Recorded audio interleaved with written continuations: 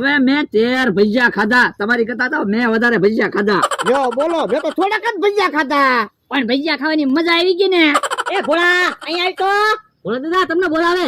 એ ભાજવા એવા લાગે. હે તો તમ તારે બીવો હું કામ? એમી સેવિત છે ને, હાલો. હા તો હાલો.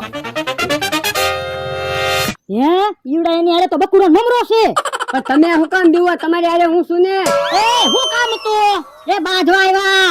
ઉભા રહ્યો ભોળા દાદા, તમે કાઈ ન બોલતા.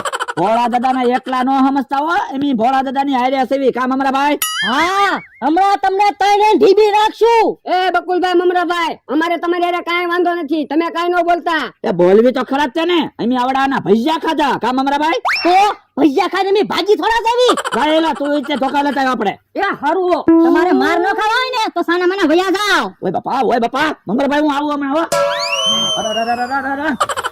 યો મમરાભાઈ ધોકા લાય, ધોકો લાય. ઓય બાપા